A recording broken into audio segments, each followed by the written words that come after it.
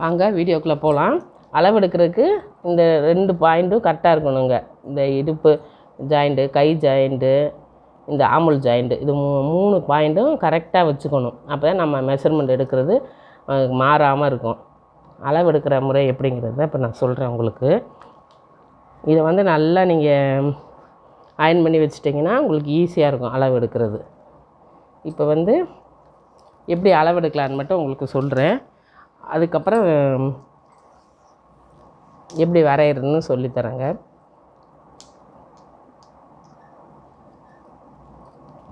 இப்போ நம்ம ஷோல்டர்லேருந்து இடுப்பு வரைக்கும் உள்ள அளவு தான் உயரம். நமக்கு ப்ளவுஸோட உயரம் இங்கே எப்படி எடுக்கிறோன்னா, இங்கே ஷோல்டர்லேருந்து இடுப்பு வரைக்கும் உள்ள இது வந்து 14.5 இன்ச்சு இருக்குது உங்களுக்கு. இதுதான் நமக்கு ப்ளவுஸோட உயரம். இதில் வந்து 14னா 15 16 வந்து 16 வந்து நமக்கு உயரமாக நம்ம மார்க் பண்ணிக்கணும். இதை வந்து ஃபஸ்ட்டு நீங்கள் நோட் பண்ணிக்கிட்டிங்கன்னா உங்களுக்கு ஈஸியாக இருக்கும். 16 நோட் பண்ணிக்கோங்க. நோட் பண்ணிக்கிட்டிங்கன்னா அப்புறம் நான் டக்குன்னு ப்ளவுஸை எடுத்து வச்சுட்டு நீங்கள் பாட்டுக்கு வரைஞ்சிட்ருக்கலாம். அதுலேருந்து உங்களுக்கு இப்போ பாடி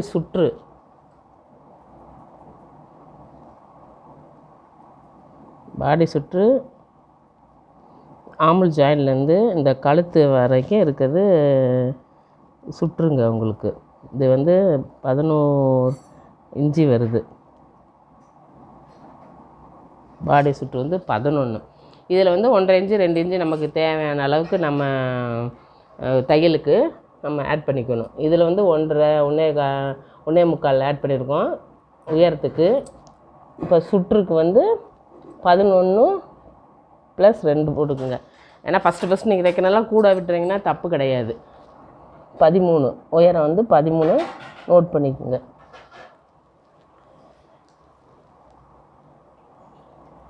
அதுக்கப்புறம் கழுத்து ஷோல்ட்ரு எவ்வளோ இருக்குதுன்னு பார்க்கணுங்க. நமக்கு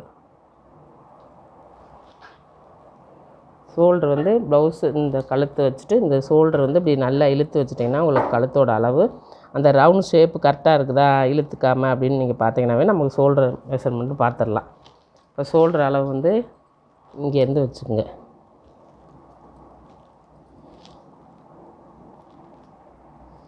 இது வந்து இப்போ 6 இருக்குதுங்க நமக்கு ஷோல்ட்ரு.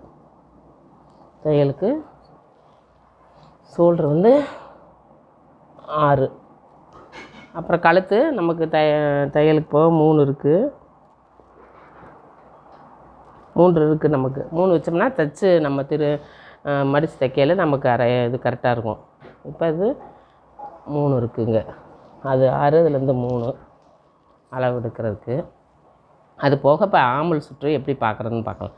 இங்கேருந்து நீங்கள் ஆமுல் சுற்று வந்து இந்த கை ஜாயிண்ட் இருக்குது பார்த்திங்களா, ஷோல்டரும் கையும் ஜாயிண்ட் ஆகிற இடத்துலேருந்து இப்படி டேப்பை நீங்கள் சுற்றிட்டு வந்தீங்கன்னா உங்களுக்கு ஆமுல் சுற்று தெரிஞ்சு இப்படியே சுற்றிட்டு வந்தீங்கன்னா இங்கே வரையில் உங்களுக்கு 9.5 வருதுங்க. 9.5 வருது இந்த ப்ளவுஸுக்கு. 9.5 10 இருக்குதுங்க. ஆமுல் சுற்று வந்து இதில் 10. இந்த அளவு நமக்கு தேவைங்க. அதுலேருந்து இந்த இடுப்பு இறக்கம் எவ்வளோ இருக்குதுன்னு பார்க்கணும். இடுப்பு இறக்கம் அதுலேருந்து 8 இருக்குது. இதை நோட் பண்ணி வச்சுக்கோங்க. இந்த அளவு தான் நமக்கு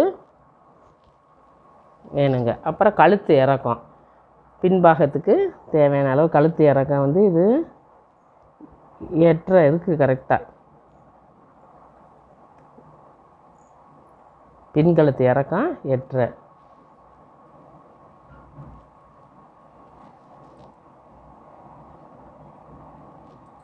எழுதி வச்சுக்கோங்க.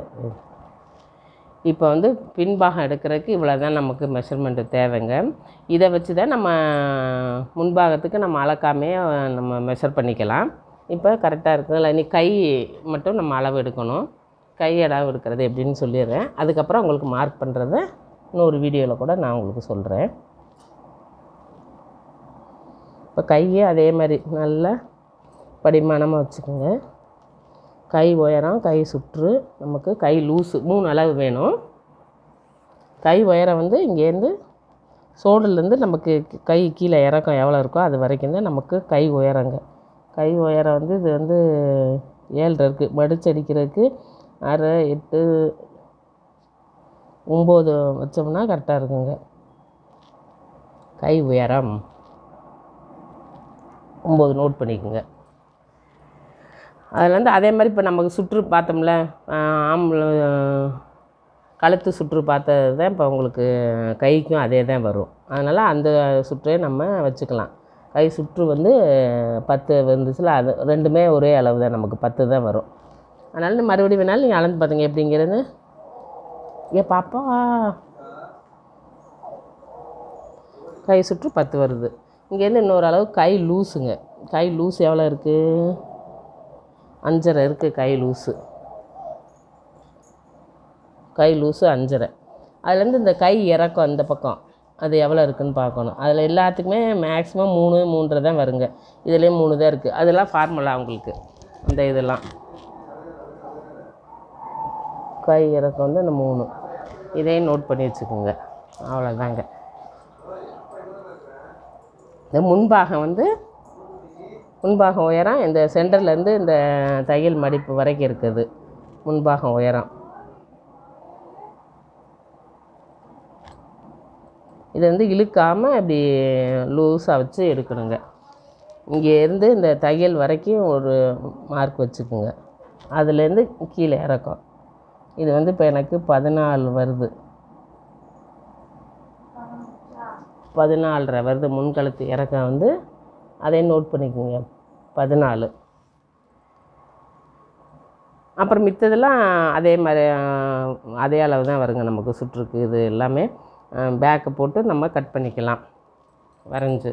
இப்போ அளவெடுக்கிற முறையை பற்றி உங்களுக்கு சொல்லியிருக்கேன். இந்த அளவு வச்சு எப்படி நம்ம கட் பண்ணுறதுன்னு உங்களுக்கு அடுத்த வீடியோவில் சொல்கிறேங்க. நன்றி, வணக்கம்.